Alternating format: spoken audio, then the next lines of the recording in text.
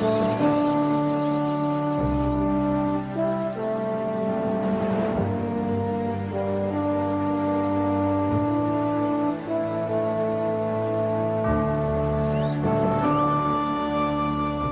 sincerely believe that what we have done in the past as a nation, overtly and covertly, is a direct reflection on the kind of people that we are.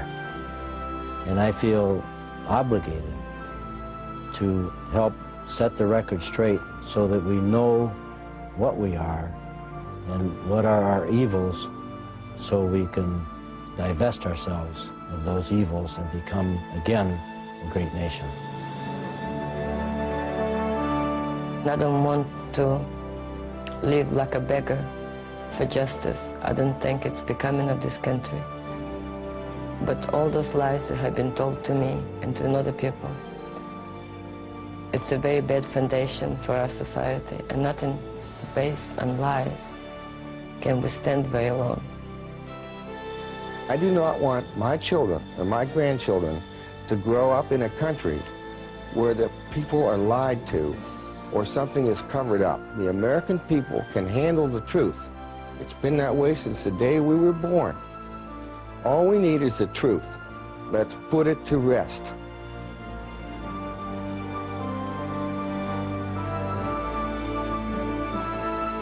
Most Americans believe the truth surrounding the assassination of President John Fitzgerald Kennedy has been covered up. Marina Oswald is convinced that her late husband, Lee, played no part in his murder. I think he's absolutely innocent of the murder of President Kennedy or Officer Tippett. And I would like for people in official capacity who say that he is guilty to come up with the proof. Absolutely, not one-sided, but all evidence on the table. And only then to decide if he's guilty or innocent. I know he's innocent. But the danger of the truth not being known will destroy this nation, actually. They maybe don't believe me, but that's the fact. Beverly Hills is home to a former member of the 1970s House Select Committee on Assassinations, the second major inquiry into the killing of Kennedy. He resigned with others when their efforts to establish the truth were thwarted. Attorney and former mayor of Beverly Hills, Bob Tannenbaum. The executive intelligence agencies, the FBI and the CIA predominantly, looked upon the committee as the enemy. They were not there to help us, to give us the information we needed, and made it very difficult to obtain anything. And the material they did give us was severely redacted, that is, deleted documents. And all we really wanted were the documents done by the investigators, as they would do in the ordinary course, investigating any homicide. Wherever the facts led us, we would go, and we would report on that. And as I said, if those facts told us that Lee Harvey Oswald assassinated the president and he acted alone, we would have said that.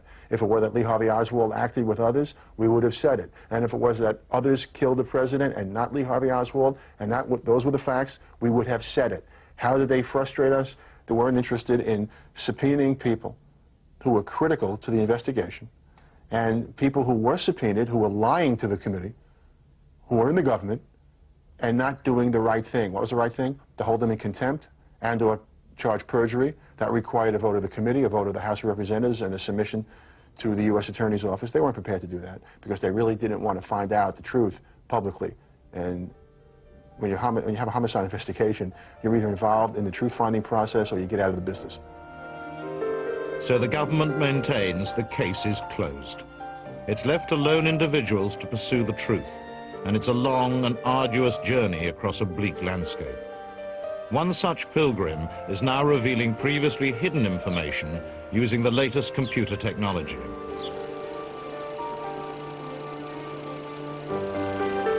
Tom Wilson spent 30 years with US Steel, developing his image processing techniques for revealing imperfections in product surfaces. His expert evidence in murder cases involving gunshot wounds has been accepted in federal court. In 1988, he began to apply that expertise to images from the Kennedy assassination. You look at a picture and you see 30 shades of diversifying gray, whereas the machinery sees 256. As you peel away the layers of the photograph, as you were peeling an onion, each of the layers provides to the human being some information that lie within these various layers. And each layer or combination of layers will result in something that is embedded in there that has not been able to be brought out by the human eye.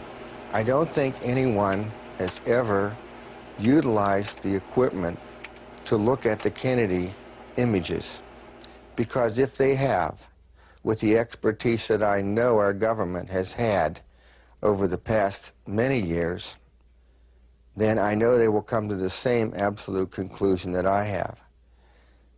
And it's just been an unbelievable burden ever since